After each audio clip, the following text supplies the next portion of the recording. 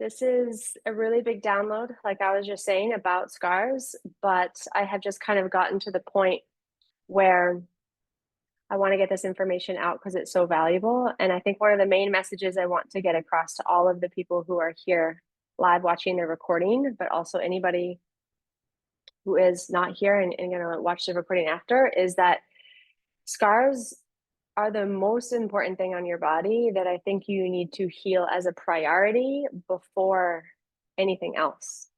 Because scars are ruled by the nervous system, and we're doing a lot of nervous system stuff right now in kind of like a trendy topic in the wellness industry, but we're not really necessarily going at it in the right order.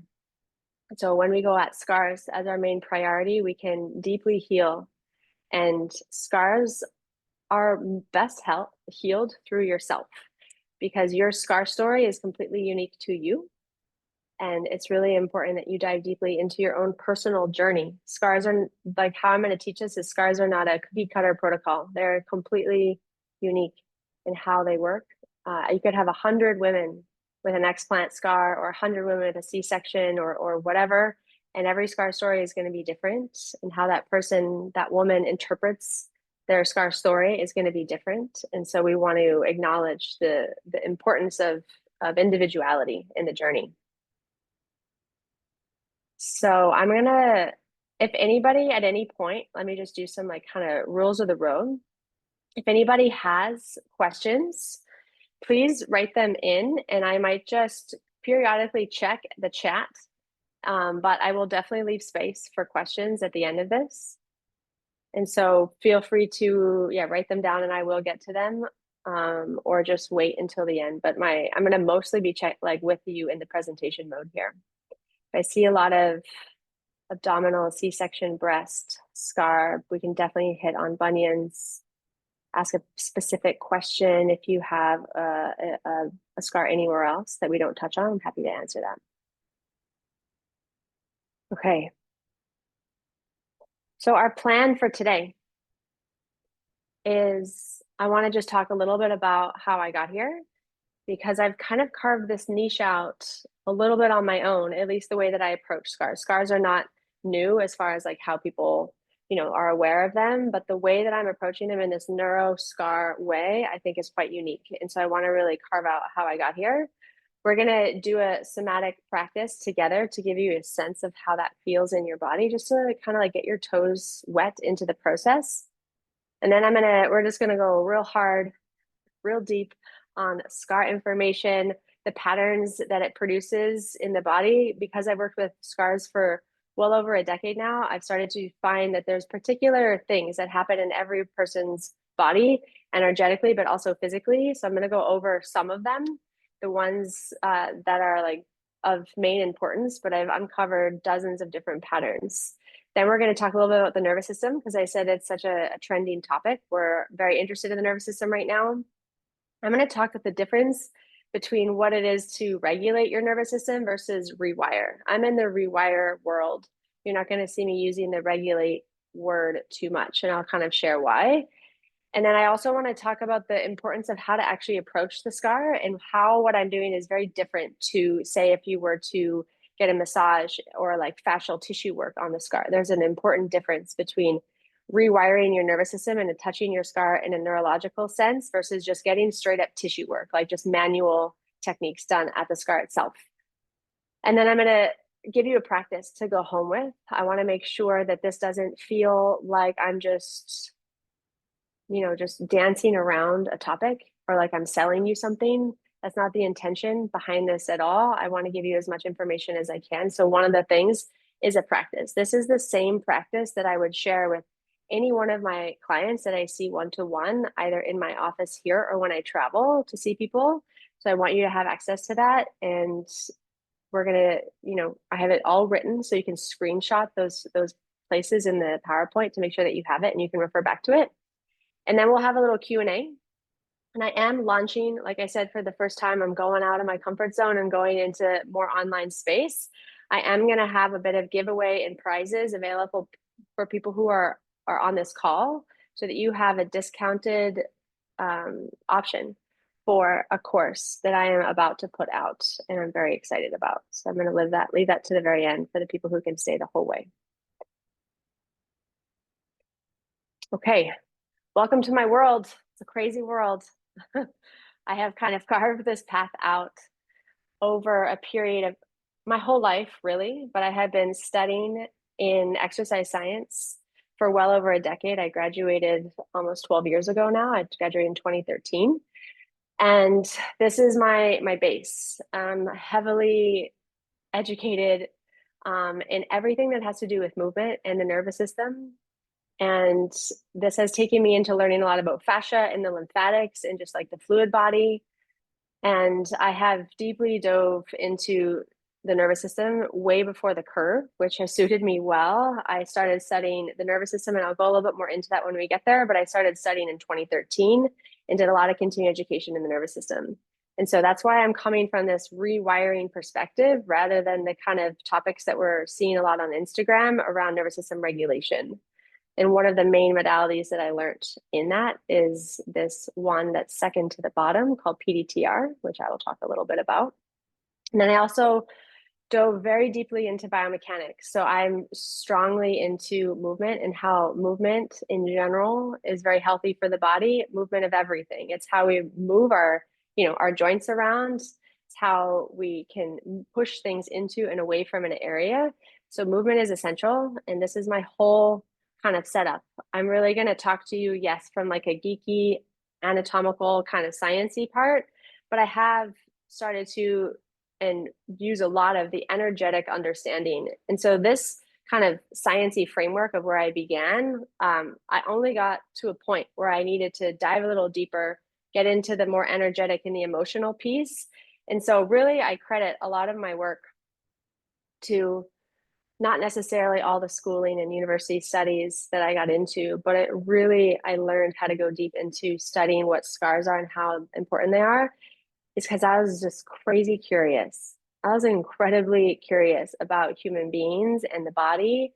And I really found great joy in the art of listening. And so I'm listening to my clients, which I want to start to give that to you guys, the art of listening to yourself, because I really strongly believe that every person who comes to see me or every person in this Zoom chat in this live and also the recording, you guys have the answers inside of you, but nobody has really taught you the skill set of how to pull it out.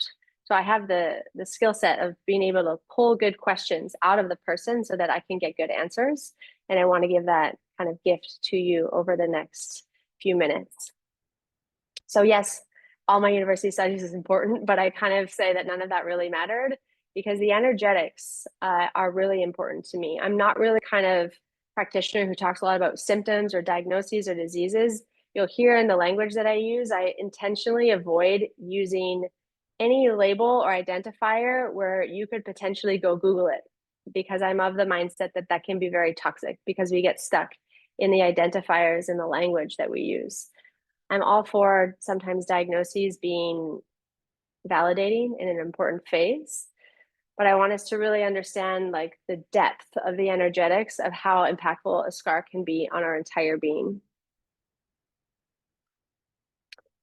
So with that, let's start off with just a practice. Let's not like explode our brains right off the hop. Let's do something like sweet to ourselves. And so where you have a scar, I want you to come into just a mini practice. This will be a little mini 5-minute version of what we're going to learn. If you don't have a scar on your body and you're just curious about somebody that you love or that you care about, just put your hands on your heart. But you're going to first put your hands where the scar is on your body. So place yourself in a way where 2 hands can meet that scar. And once you have that, you're going to close your eyes.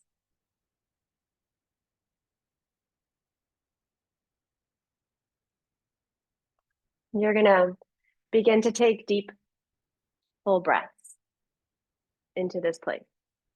Really intentionally flooding this area with your breath so it can be smooth, deep, full breathing. And I want you to just be real with yourself in this place. And some of the things I've discovered, the realness of this place is that this is an area that, by way of protection from the nervous system, we have disconnected from this place. We have neglected this area.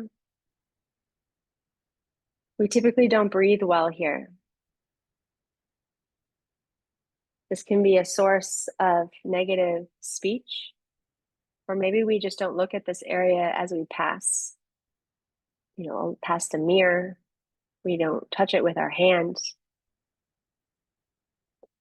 It's an area that has been quite depleted of life force energy.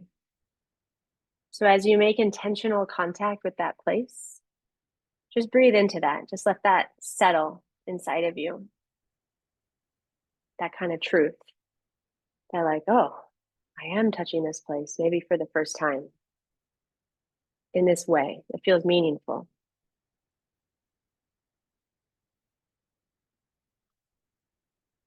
And with that, I want you to start to speak, not necessarily out loud, but speak from your heart. You can be out loud if you want.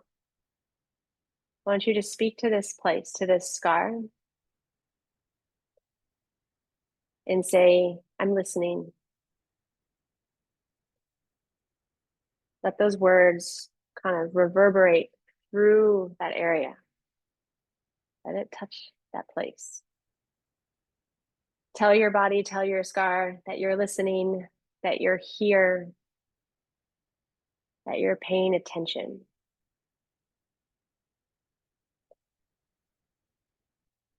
And that you're here to help.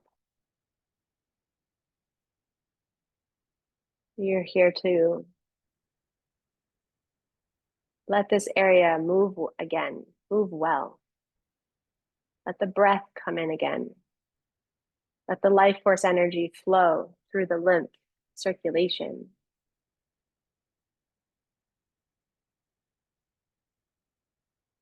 Allow for proper movement in and out of the area, including muscle function, all of these beautiful functions and processes of the body, and bringing that back to life.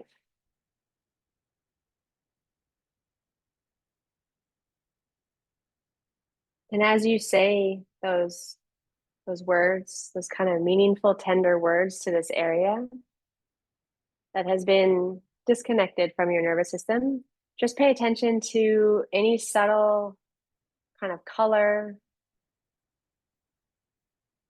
Could be any color at all. There's no wrong answer. How it feels at the scar itself, or maybe just somewhere in the area that's moving. How does it feel energetically? Is it like airy, mobilizing, kind of like the wind? Or is there a thick, heavy density, kind of like molasses, concrete, something like this? And then lastly, your 3 words. 3 words that you would use to describe how you feel in this place at your scar right now. And use words that evoke like a qualitative, descriptive kind of element, as if you were describing like the texture of a fruit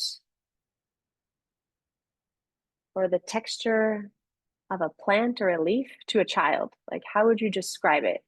Is it rough, tangled, bunchy, pinched, thick, stretched? Really use good quality words. I always imagine describing it to somebody young so that they really get it, or somebody who can't see, somebody who's blind.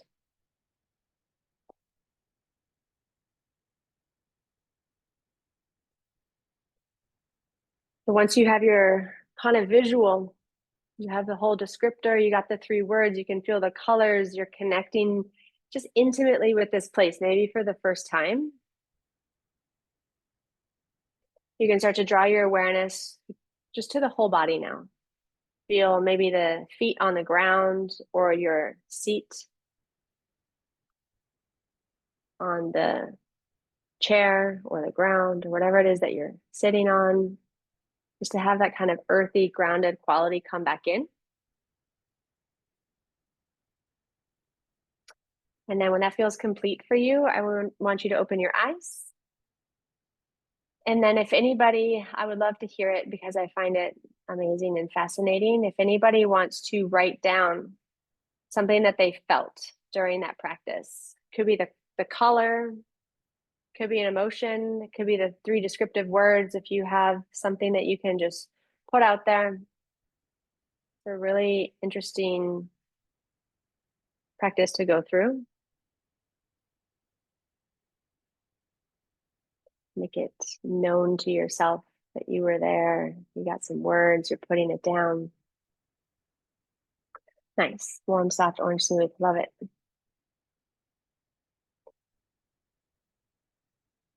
Stuck, deflated, and pinched. Yeah, awesome. Yeah, so we'll have the spectrum. Some of us kind of like get really sensorially aware of how it feels in the quote unquote negative aspect, like it feels stuck or pinched or whatever. Some of us can feel the, like, oh, I just met myself there. And they get that kind of like warm, nourishing, kind of orangey, sunsetty kind of vibes there.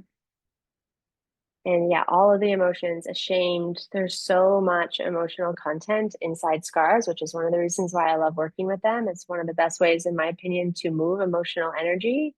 There's shame, there's guilt, there's self-abandonment, resentment, all the things inside that. So thank you for sharing. Keep sharing if you guys like. Okay. From that place, here we go. If you guys would like to take notes, please do. You guys can take photos of anything. I would ask that you just don't share pieces of this with people, because when you get little snippets of this, I call it fragmented thoughts, it can be really damaging to people because they only get these like little snippets when you just got like a 60-minute download. So just be careful. You can share in your excitement and in like just wanting to present this information to people that you love, or if you have like big aha moments, it's really beautiful to share that, please do.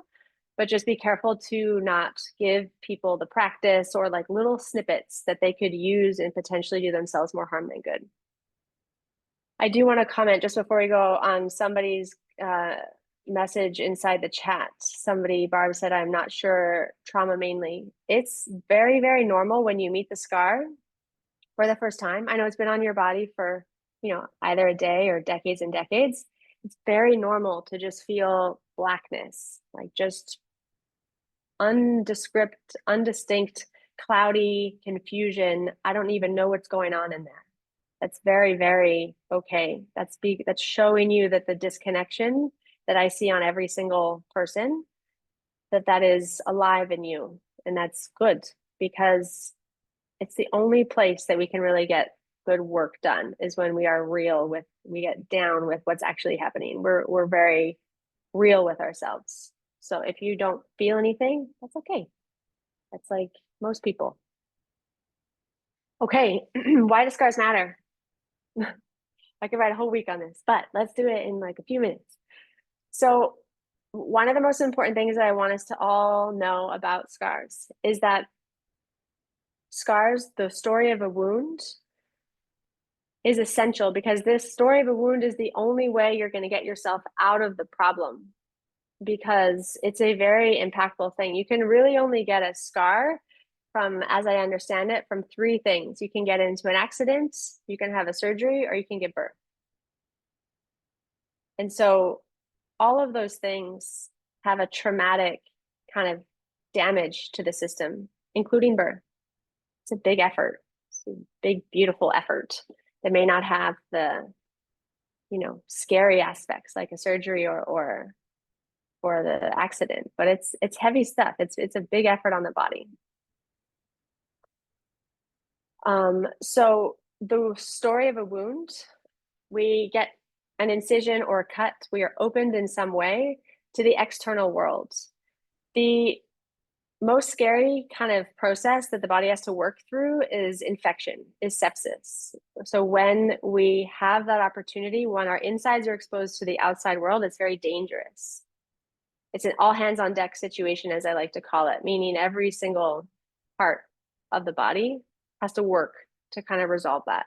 If we get sick, we get the flu or we get a cold or whatever, it's, we're achy, our digestion is not working, we have low appetite, we have congestion, like everything is being influenced when something is coming in, is infiltrated into the body. So the tissue will close up very quickly. It'll close up quickly in a not like in a completely irregular fashion to just get it closed. As this wound is healing towards becoming a scar, depending on where it is, it will have many, many different vectors. So scars are like a Spider-Man's web or like wads of chewing gum. They are not in this kind of linear direction like our tendons or our ligaments or our muscle tissues. Most of the stuff is running kind of like my macrame back here in like a single direction, but scars are not like that. It's kind of all over the place to make sure if I have breast scarring or abdominal scarring, my arm and my spine can make so many different shapes. I'm reaching high, I'm bending over, I'm rotating, I'm side bending. And so the wound has to make sure that all the processes, all the functions, all the movement of the body does not pull the scar apart again, pull the wound apart. So there's many, many thickening layers. And, for example, abdominal surgeries, C-section stuff, they have to go through very deep to get to what it is that they're wanting to work with, either to get the baby out or to do something into the guts or intestines.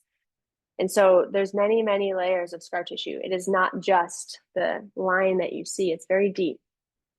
The most important thing I'm going to tell you about the wound story is that the scar is always looking for something stable, reliable, and never going anywhere. And that is always bone. Because when we get an incision, the muscles that are cut into or the neighboring muscles that are related, they no longer function. They got damaged, they got injured, they got cut into. And so your body is seeking stability. The body works on pressure and tension.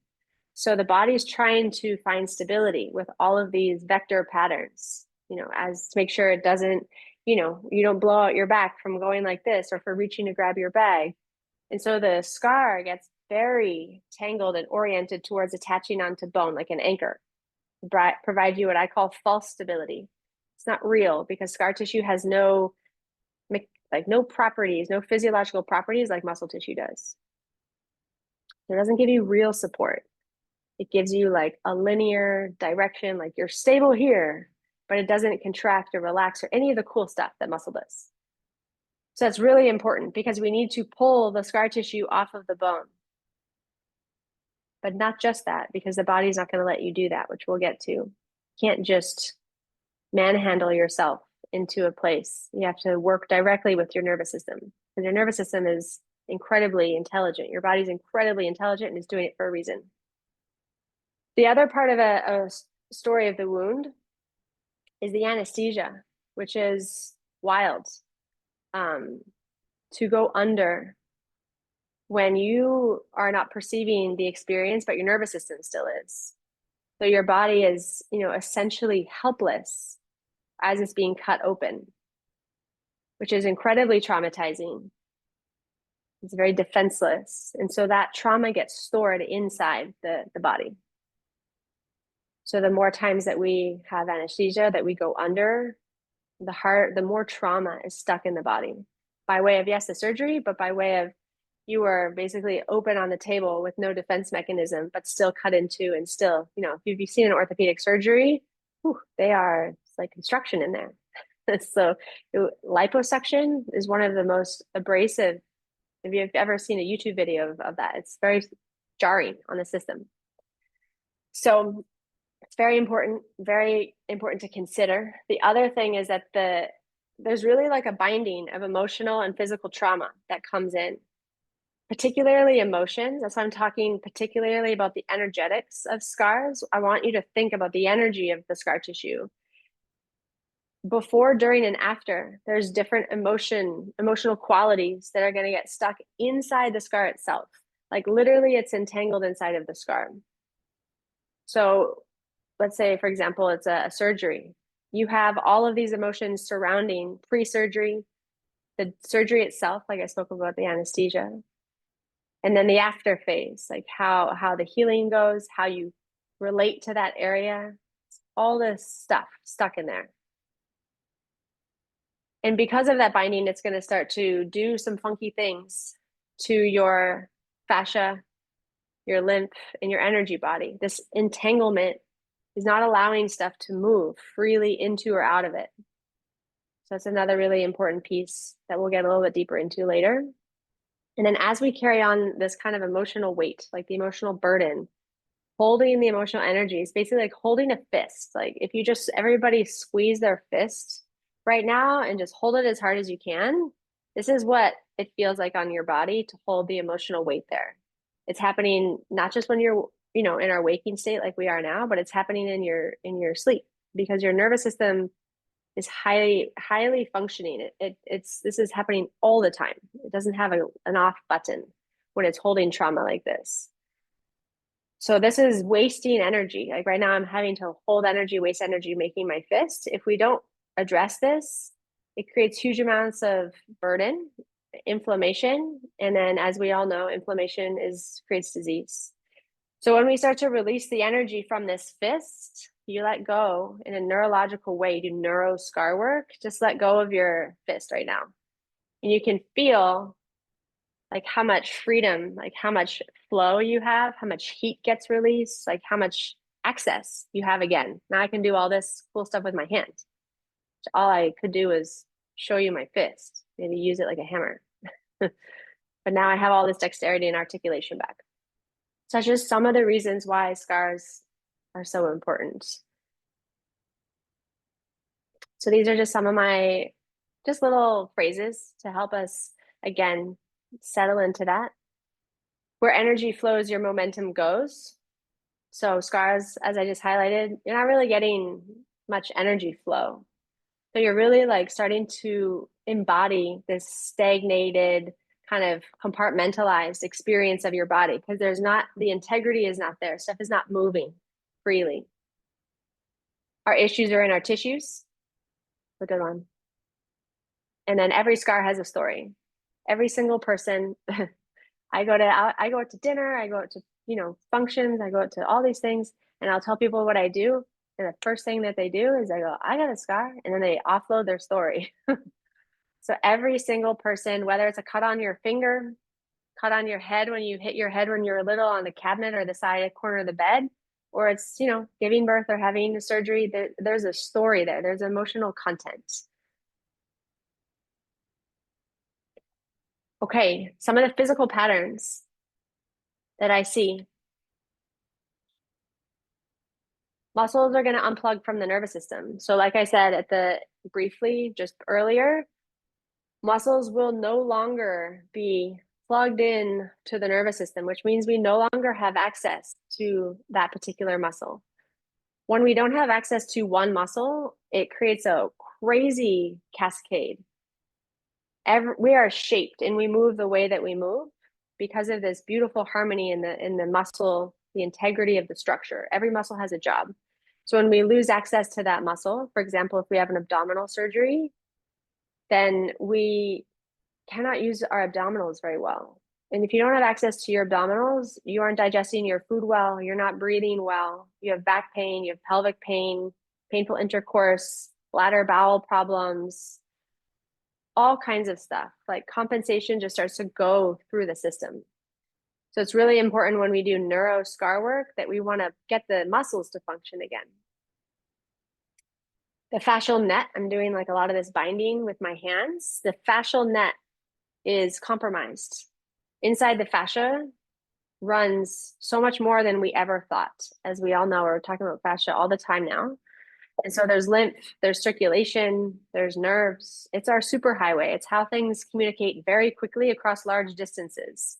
It's how like a really good body worker is starting to relate your neck pain to your plantar fasciitis or to your feet or to your bunions because of this fascial superhighway where everything is connected. And I'll show you some photos of that in a moment.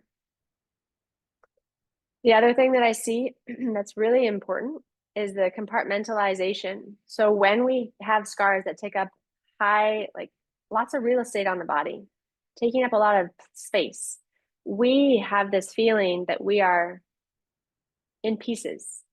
our body cannot function as a unit. And that is very damaging, not just to the integrity of the system, but it fragments our thinking. It fragments our mind. So we start thinking in pieces. We start thinking we need to do this workout and see this psychotherapist and do this somatic practice and see this functional dietitian. We have to like spread everything out because we feel like we have to address everything all at once. But that's not the case with scars. That's another amazing reason that scars are essential and so important to work with, is that scars, you need to focus on one thing. You need to work with the scar, and it will offload the heavy burden on the whole system. It will heal this compartmentalization. The other thing, just to add in the physical patterns that I touched on in the practice, is that wherever you have a scar, you don't breathe there. Obviously, this is particularly if you have a scar from the top of the head to the pelvic floor, but we will have a compensation pattern where our breath dekes around the scar, and we need to breathe in 3D in as many places in our body as we can. That is the pump of the system, breath. That's also very detrimental to your physical body. Energetic patterns, just a few of them. There's a lot. I said this a few times, but it hinders the life force energy and energetic flow. Think about the meridians. Think about the energy flow through the body. If you are into yoga or meditation, you cannot have flow through those areas. It's too dense. It's too binded. It's too restricted. It's like a deep enmeshment. And it's a density that you're holding an emotional charge. And so there's some cool work right now about fascia, that fascia is not just a net, meaning like it's not just a Spider-Man's web or a fishnet stocking as we kind of imagine it. It actually has these tubules filled with fluid, filled with hydration. And there's a lot of cool work that people are kind of hinting to, that the fluid is our consciousness. It's our energy body, like running through. So when I say like you are not alive, like you're dissociated, you've neglected, and you've compartmentalized, it really is that. Like your energy is not, your consciousness is not there. And that's a natural coping mechanism that happens from the nervous system. If something traumatic happens to the body, we either numb out, run away, dissociate, we get out. So we will literally get out of the scar area. And so we really want to inhabit every little nook and cranny of our body. So that was kind of like a little run on of number one and number two. We no longer have our awareness there. We dissociate and we just disconnect. That's normal, but we want to bring it back. It's essential to avoid the things like inflammation and disease and all the stuff that I spoke about. The other cool thing that I have noticed is that when you have scarring, particularly, again, I'm very interested in scars from the top of the head to the pelvic floor, because that's where the vessels are the biggest. That's where we have all of our organs, our spinal cord, all of this nerve, breath, all this stuff is in this torso area.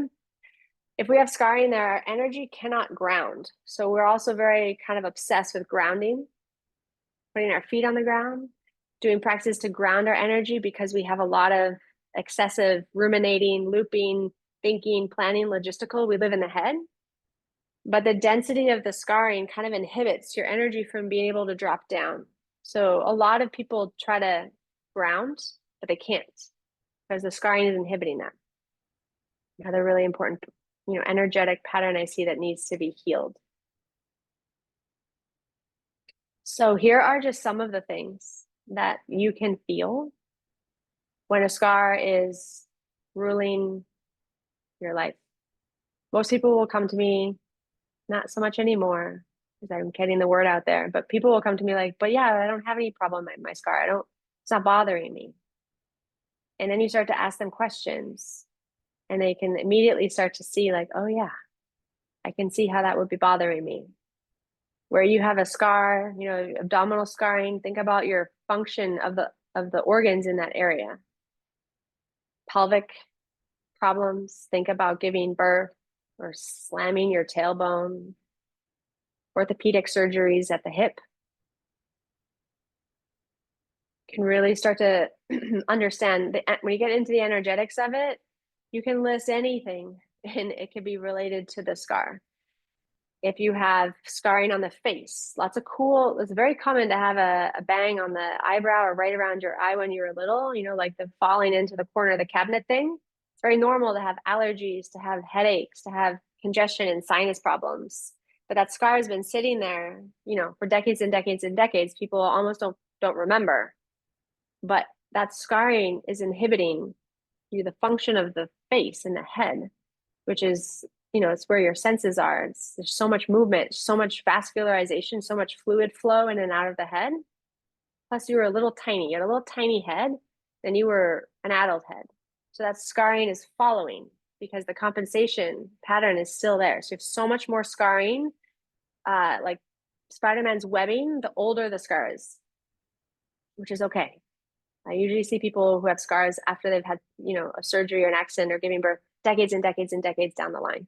It's more rare that I see people who've had a scar just for a few months. So don't worry if your scar is really old or really new, it doesn't matter.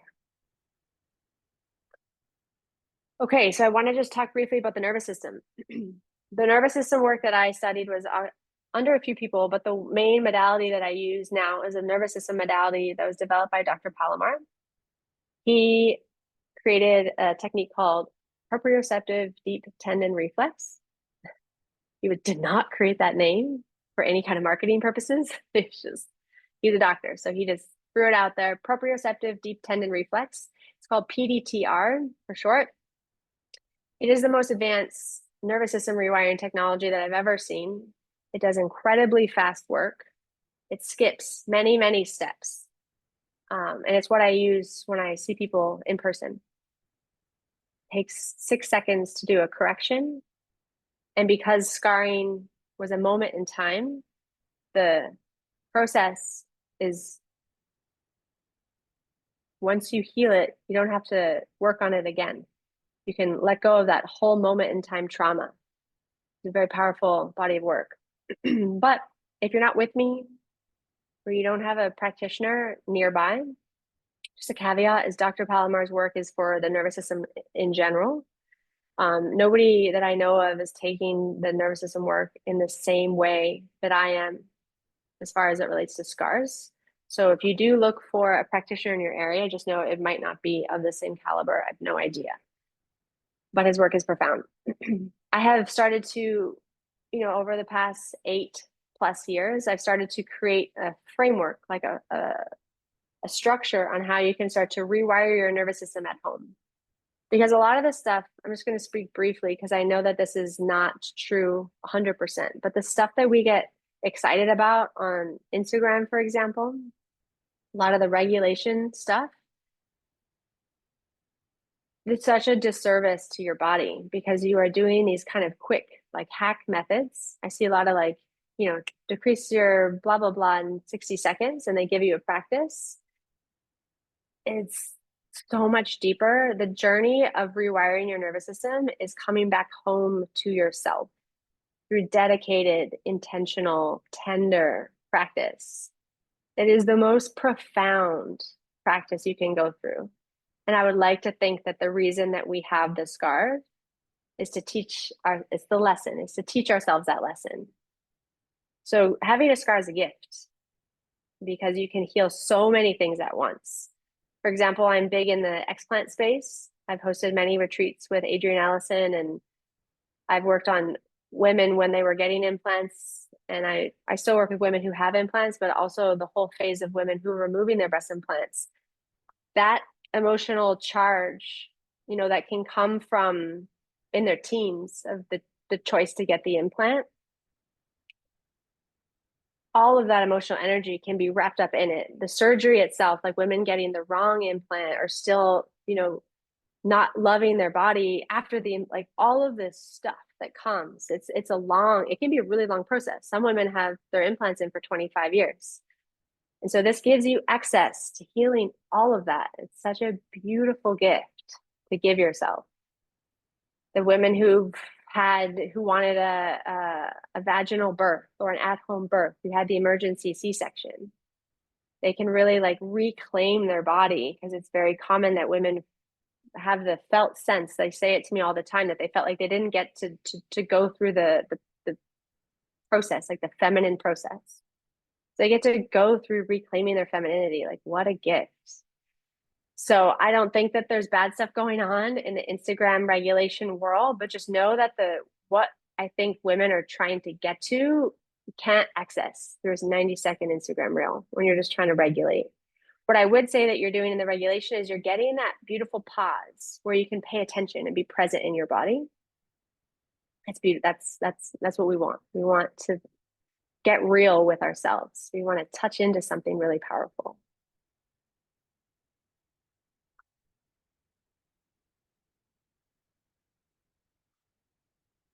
Okay, tissue work. Touch on this kind of brief. Let's move see all your heads. Okay, traumatizing the tissue. I see a lot of people doing scar work.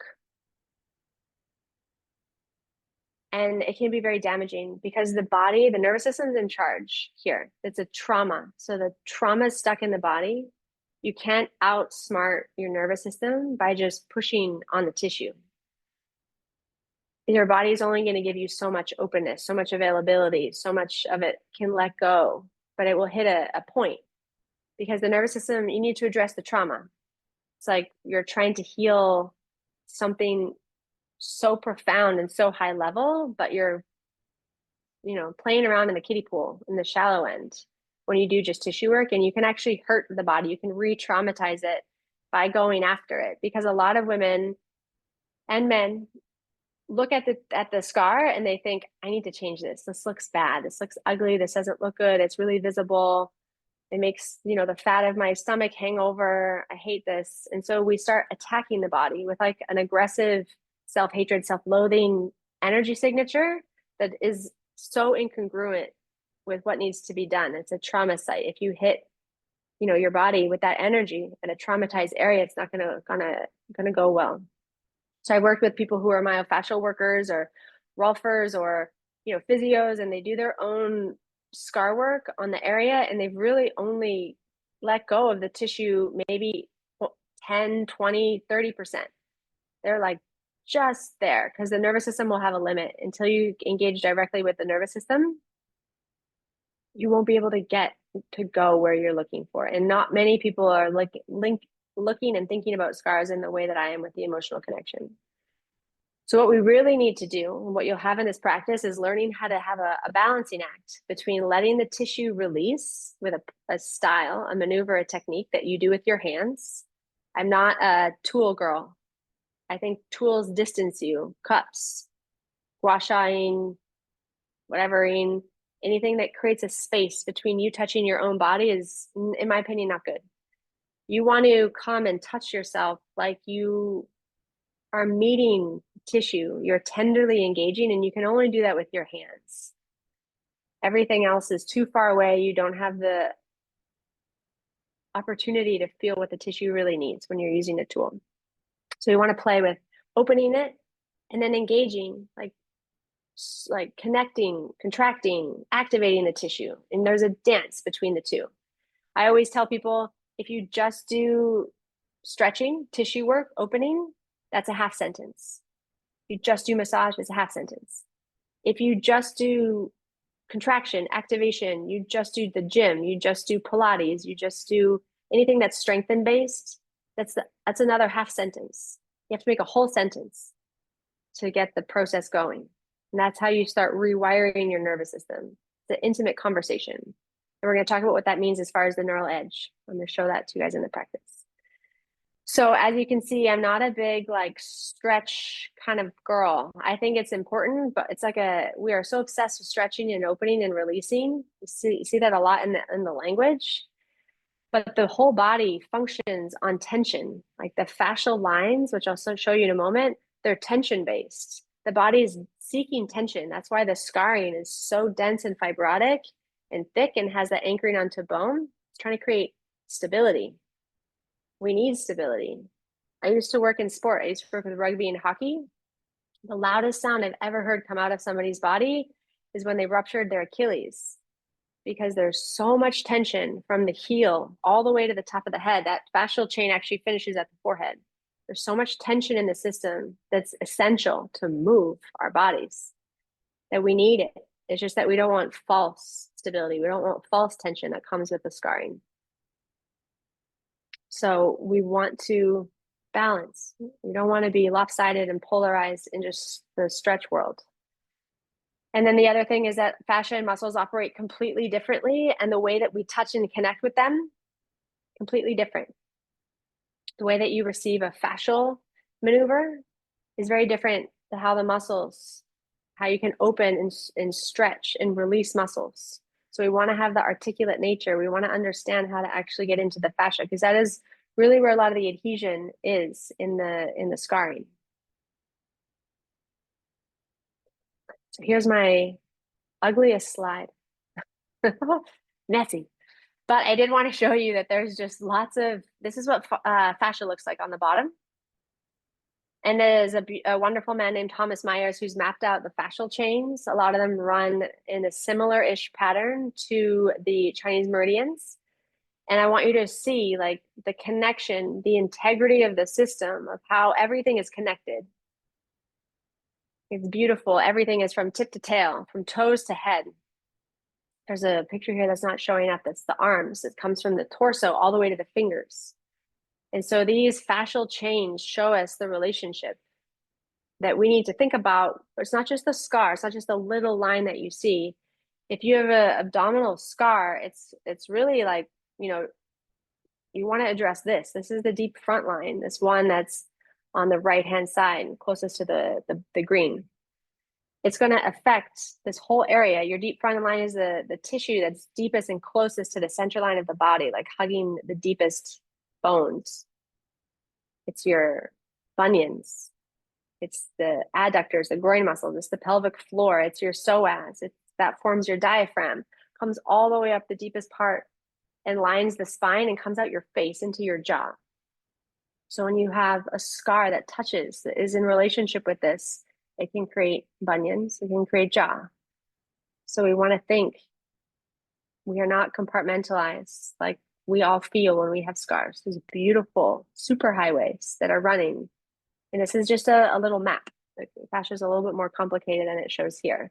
And in some of these pictures, you can really see how there's a fluid filled within. That was what I'm talking about when we have dehydrated, scarred up fascia. The fluid is not running smoothly through there. We are dehydrated in the tissues.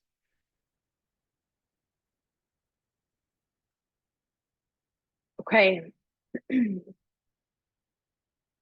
Let's come into the practice. So you can do this kind of lightly with me if you want.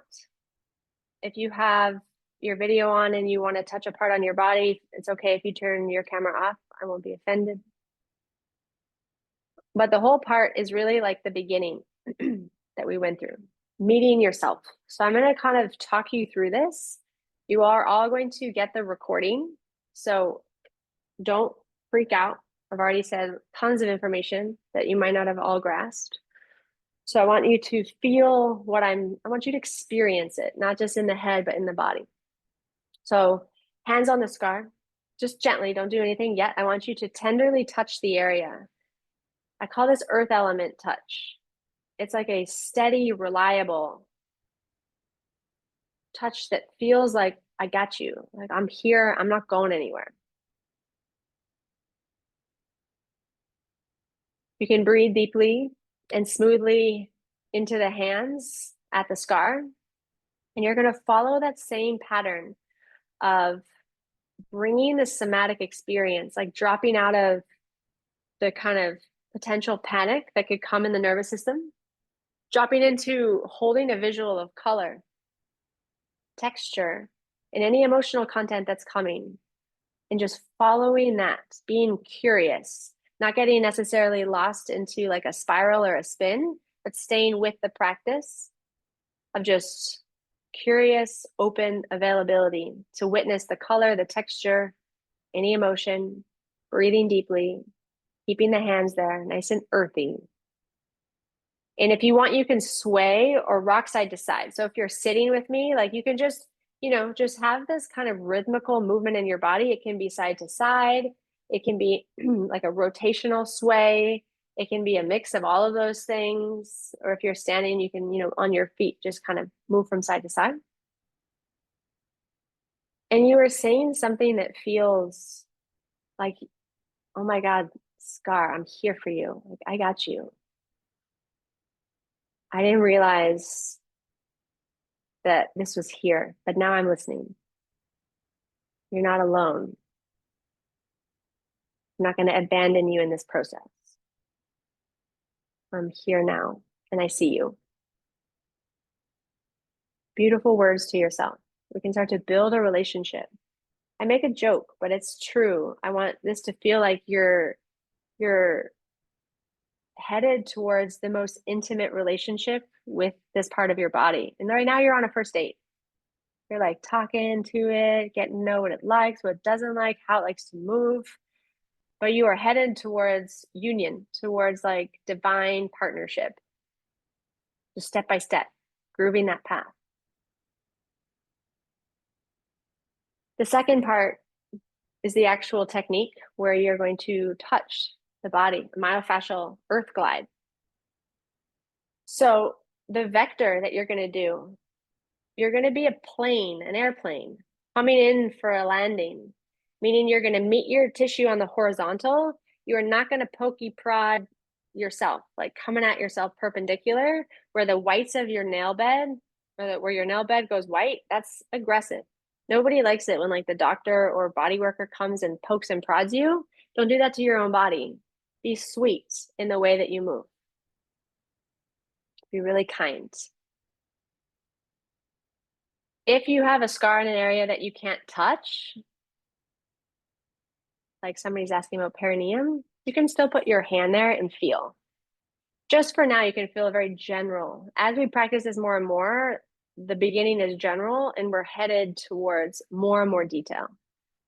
But right now, we don't even know, if this area likes spaghetti or pizza. We're meeting it, just literally meeting it for the first time. Your hands are beautiful. They have so much receptors and connectivity. It's essential to just be connected to this place. Use as much hand-to-hand contact. So get many fingers, palm, whole hand on the area. It's okay if the scar is really small. Just get as much contact as you can. And you can put another hand on top of it. Because what we're going to do is create like a heavy, earthy, consistent pressure. And we're going to do a myofascial glide. And why we want to hold with both hands is because sometimes we get tired because we haven't done this practice for like maybe ever. It's going to take at least 45 to 90 seconds to let that go. We're going to do a little baby version of it here. But when you do it for yourself, a myofascial release, fascia needs time. It needs consistency. It needs to feel like you're listening and that you're going slow. So north, east, south, west, an X pattern, up, down, left, right. However you want to think about it. You're going to get your hands or two hands on it. You're going to maintain the place where you are and you're just going to glide. I'm going to glide my hand. Let's just call it east for way of just understanding. I'm going to just glide it. I'm not going to move like this. I'm not moving through space. I'm just grabbing the top layer of skin with a light to medium pressure and I'm gliding. Softer is better. If you just push on yourself real hard because you feel like you can't feel anything, go lighter. You take a little bit of time at that place. You just spend about 10 to 15 seconds. Then you're just going to let go and you're going to push in another direction. Take like a 90-degree turn and go north. You can be on the exact same spot, but your glide is now in a different vector. Up, north. Same thing. You're waiting. You're paying attention. Lots of time we're like, I don't know what's happening, or you're in your head. Drop out of that and come back into simple breath, color, texture, word, feeling. Be in the experience. Then you're coming into another 90-degree turn. You're going to go west. finding the same place, returning to the same place and doing that tissue drag. Again, you're not moving through space with the hand that's on top. I'm not taking it anywhere. I'm just letting the fascia open. I'm imagining like all this sticky webbing glue that I'm trying to let it come free. And then lastly, the final direction, south or down, again, and give each of these places the same attention, the same commitment, the same energy. Don't get lazy.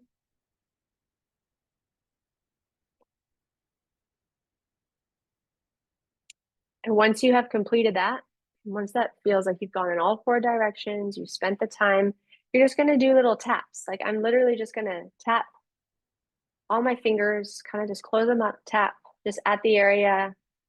You want to cross a larger distance and tap maybe just slightly off the scar, but you're just tapping there. Taking again some good full deep breaths there. Once you've tapped that, when you do the practice for real, 20 to 30 seconds, you're going to just get your whole hand back on it and you're going to make circles. So I'm going like this again, but fascially. I'm not like going like this where I'm covering distance. I'm going to, again, practice the skin glide. So I'm going to glide the skin around. It might not even feel like a circle. It could feel like something weird, like jagged kind of, zigzags. That's okay. That means that there's scar tissue there. That's what we want to feel. We want to feel what is going on in this area. 5 in one direction, 5 in the opposite. And all we are is we're gathering information and building this relationship, figuring out how it actually feels today with no real judgment, just feeling, curious feeling. And when you're done that, say thank you because you are, like I said, on a date. You're building a relationship. You want your body to know, like, I'll be back. I'm coming back. I'm going to be here through all of this. Share some love and appreciation to your body.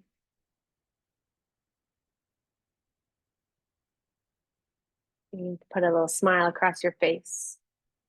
It might feel uncomfortable. It might feel vulnerable. It might feel emotional, but just knowing that like, oh man, I just got access to like vitality in this place again. I got access to healing and I'm doing it. That's like such a beautiful gift. Just knowing that that's now here, that's coming, that's available. And then from there, you can finish your practice.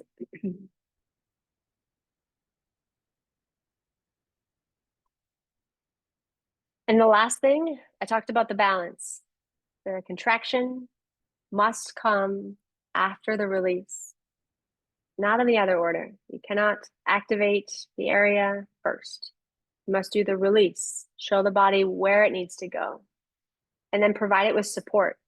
Give it what it needs to actually keep that tissue open, which is muscle contraction. So this is the trickiest part in a big group like this.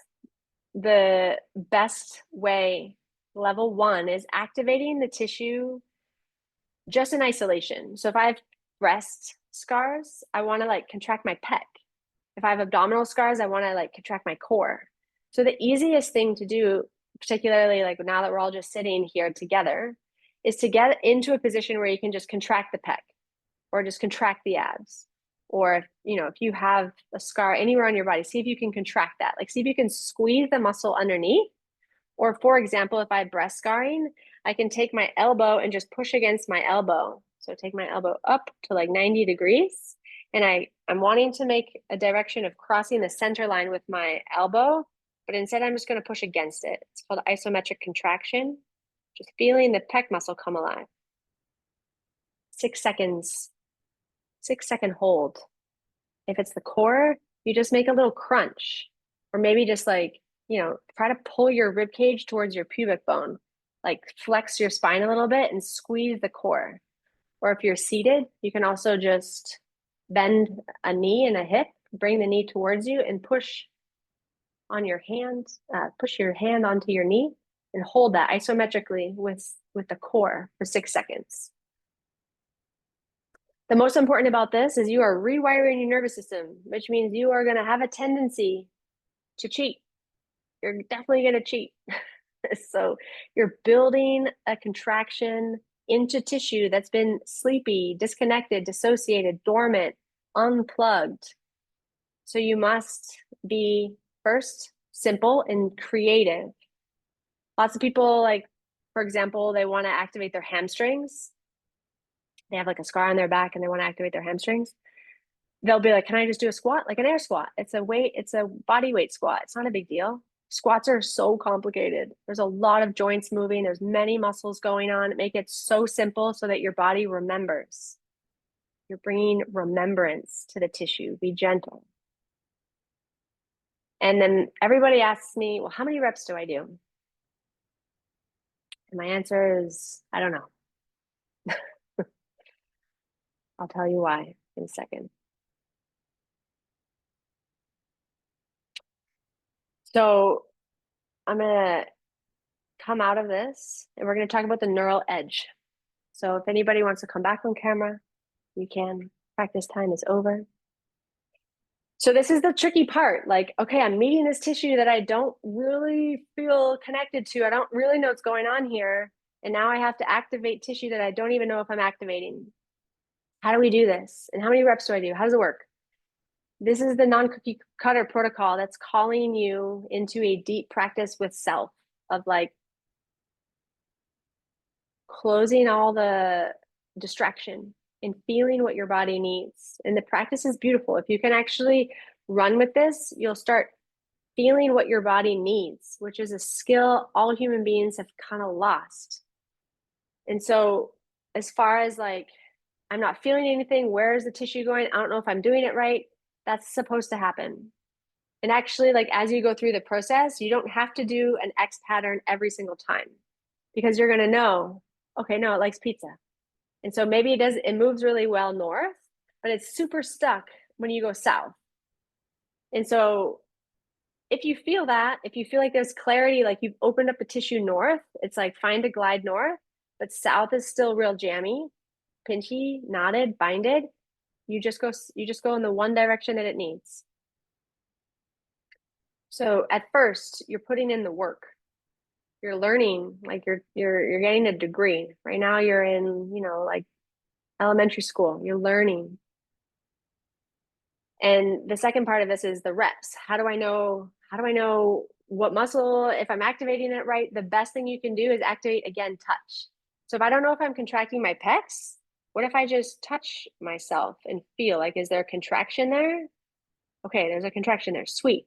What if I do, lots of people are stuck on 3 times 10 because we all went to the gym and we all have that stuck in our brain. 3 times 10. 3 times 10 is not going to work for 95% of people because the tissue has been damaged and unplugged. So you will find out what your compensation pattern is. People who have limited connection to the core, they love to squeeze their pelvic floor, their glutes, contract their back, their jaw, anything, their neck to get out of contracting the true core. So you touch the body, you touch it with your hands. Touch it. Am I touching? Am I contracting my core? Okay, at rep 5, I can feel it. Rep 6, I can feel it. Rep 7 feels like kind of exertive, and I can see my neck and feel like I'm squeezing my butt. Okay, it's done. So you're not striving for a number. It's just like really hard for people.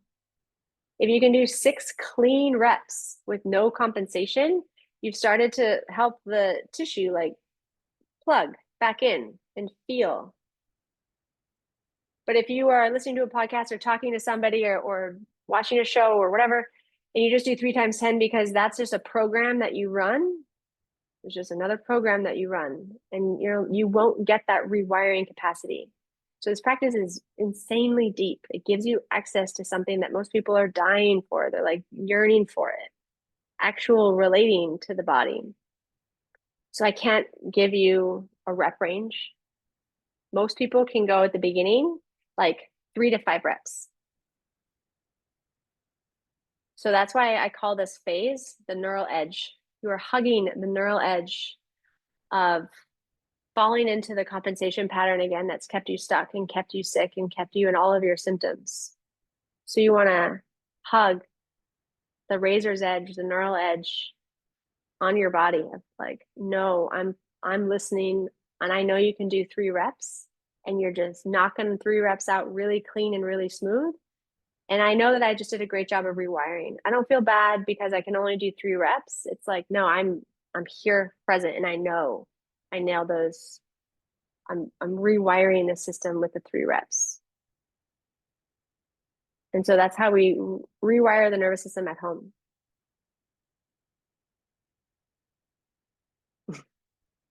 Okay. How's everybody feeling? I'm just going to ask everybody, we are pretty much done.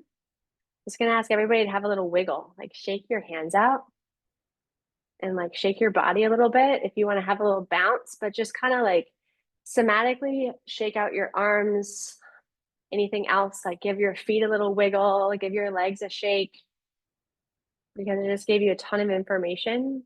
It's all incredibly foreign, and it's very normal to have no idea what I just spoke about, and know that we can have a lot of dialoguing.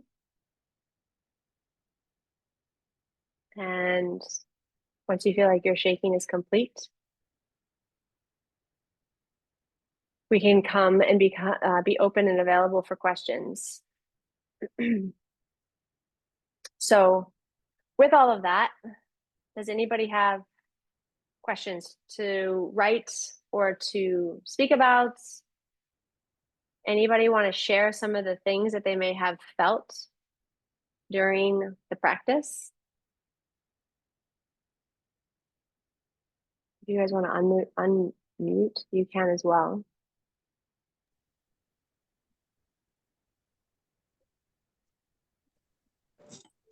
I'll share. Okay, sweet. Go ahead, Ashley. So I have had a breast explant and had my implants for 14 years. As a teenager, was made fun of for being flat chested, all the things. So there was a lot of like wanting to change my body, thinking that I'd get implants, it would be better. I'll have confidence, I'll be all the things, right? So got my implants, had them for 14 years, didn't feel more confident, didn't really feel anything besides, oh, great, now I can wear a bathing suit, right? Like I can feel comfortable in a bathing suit. I had 2 children after my implant, wasn't able to breastfeed, didn't think anything about it, didn't think it was related to my implants, done a lot of research. I think that it probably was. So I didn't get to experience the whole breastfeeding with my children. But again, chalked it up to whatever. So fast forward, I got my implants out about 5 years ago now. And I will say I had so much pain with my implants, like very uncomfortable, tons of pain. As soon as I got my implants out, there was such relief. Like that pain was gone. I felt more in my body without them than I did while I had them. But at the same time, now 5 years out, I'm still dealing with so much shame surrounded by getting my implants in, but also getting them taken out, because I've been so used to having a certain body and the way that I looked. I did feel like, oh, you're a woman, you should have breasts, right? You should have bigger breasts. And I never felt like that. And then also having to explain to my children, oh, mom's going in for a surgery and I might come out looking different because I had, I had implants or whatever. And trying to get through the shame has been so hard. And I feel very, very stuck because I'm like, why did I choose to do this to my body?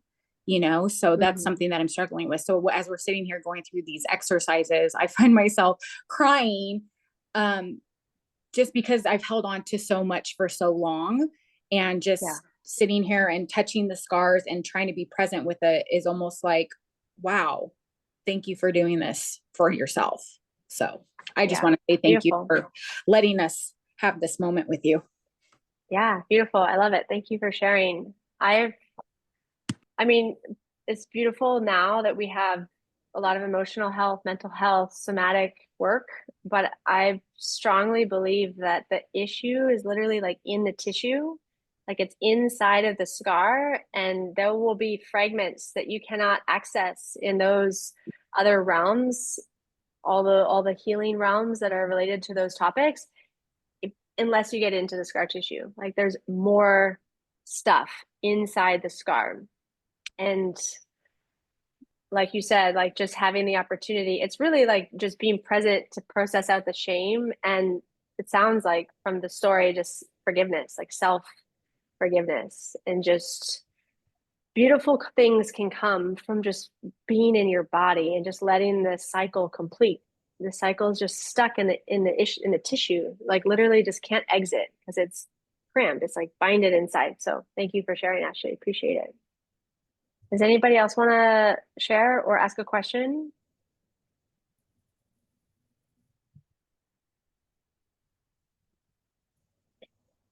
Okay, I'm gonna read Barb's here. I didn't feel much in the way of scar resistance. Guess I'm really disconnected. I felt it was a special time, and I'm so thankful for this approach. I want to continue trying to access. I agree with feeling the shame and sadness and doing this myself. Yeah. So things I would note, I will note is we don't feel this area very well. Like I said, there's a thing that happens with trauma where we pull up and out of it. So when we first touch the scar, it's so normal to feel nothing. Like, I don't feel anything because literally, like your body, it doesn't feel anything there, like by protection. It was so traumatic to the system to receive that, whatever it was, the accident or the surgery. And so the body's like built a shell of like no excess. And it's dark and it's confusing and it's cloudy and it doesn't no really know what's going on. And so just know that if you keep up with it, if you keep up with the like little mini practices, don't like burden yourself with 20-minute things. Like keep 5 minutes of just touching the area. And you will feel over time like, oh, wow, that's really sticky. It's also really good to just feel an opposite area. Like wherever you have the scar, feel somewhere else on your body. Like if I move my skin, you can't really see well in the video, but like if I move my arm skin, I got no scar on my forearm, it moves with me. It moves me with me in every single direction. It's a layer that I can access and move. But where we have scars, it's not doing that. But it's very okay to not feel anything and just know that if you have the tickle of emotion, then there's something in there.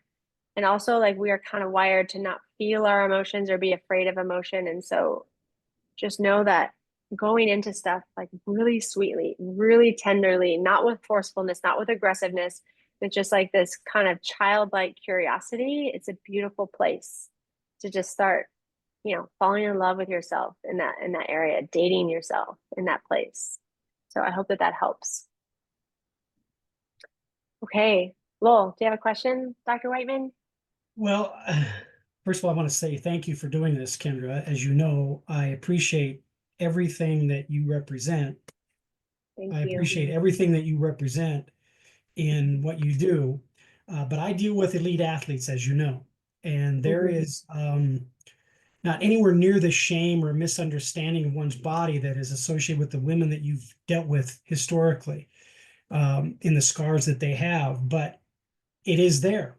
For Mhm. me, it's a performance diminishment, a knee surgery. They don't deal with the scars. They're always hesitating to push that knee harder because they don't Yeah. understand it. It's not been opened Yeah. up to the level that you talk about. Now, I have yet to give as many referrals as I know I have to you for the athletes because they're thinking it's not real. How can this happen? Why am I thinking the way that Kendra wants me to think? Well, it's real, and I'm trying to convince them that. So I've Yeah. actually performed what you've gone through with us today on my own knee. I've had 2 surgeries on both knees.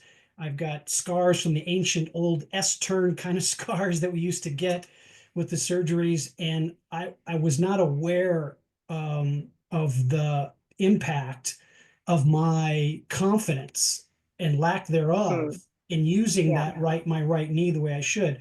So for all of you that are here for different scars and the places that you typically deal with, Kendra, know that it's a real hesitation to think about it in a way that is kind. and gentle and opening and soothing to the points that you've made. And I'm working very hard to convince and change the paradigm in these elite athletes to understand exactly what their body needs to go through to get better performance out of their bodies. Here, I'm going to put a background up of these are some of my athletes. Love it. Those are Olympic ski cross people that just, I mean, they Yeah. fly around all the time Yeah. and injure themselves. And I've got two athletes in that group. One's a female and one's a male. And interestingly enough, Kendra, the female I'm trying to convince to come to see you for the surgery she's had on her mammary glands.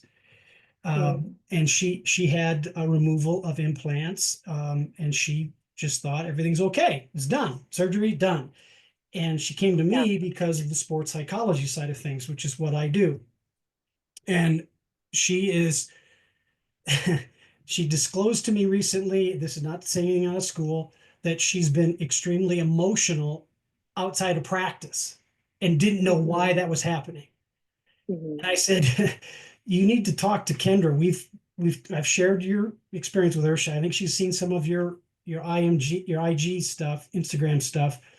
But it's a hard push to get her to that place. So I'm hoping that I'm going to take what you're going to send me and send it to her and say, look at this, look at these steps, and let's get you there. Because I think she could be a better Olympic athlete if she did. And Yeah. we've got Milan coming up in 2026. So at some point in time, when she gives me the approval, I'll share with you and your followers what her name is so they can follow her. Cool. I love that. Yeah. Thank you so I much. mean, yeah, thank you, Dr. Whiteman. I appreciate you. I just to touch on the athlete, because I started off in athletics, and I actually started noticing that the weight, like the emotional weight, when it's a career-ending injury.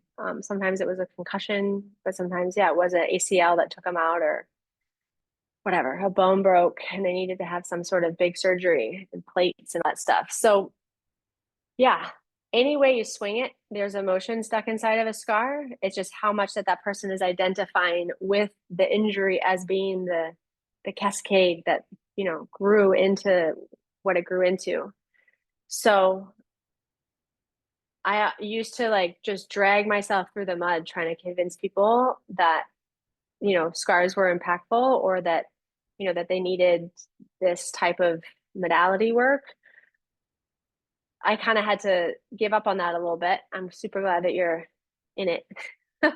But I always just came to the conclusion that when people feel, when they can pause, when life is less chaotic, or when they just have like a silent, still moment to be with themselves, and they can feel the depth of like what's sitting in the scar, which is really kind of like the first part of that practice, when they can sit in that and really level with themselves. I call it the get real moment that we all are conditioned to avoid. It's profound, and it can start to shift the person. But we are pretty much conditioned in society to run around with our heads cut off, and we're void of those experiences. So I appreciate everybody who's here, who is brave enough, courageous enough, willing enough to go for it and just be, and learning about your body, to be available for the deep healing that's inside. I'm so I know from the bottom of my heart that people can make huge changes to themselves, with themselves, by just doing the work, the hard work. That's actually really simple. It's like really beautiful. It's coming at yourself with a particular orientation, even just knowing there's like a loving sweetness that changes the game away from the forceful, aggressive like tactic of like, I'm really tight, or I need this to go away kind of mentality that we kind of get stuck with. So today, if anybody doesn't have any more questions, I'm happy to hear another one, but I'm just gonna kind of scroll through to this final part. Thank you for everybody for sticking around this far, and just kind of talk to you about the ways that I work with people. Just check to see if there's one more that was poking around there. So these are the ways you can work with me.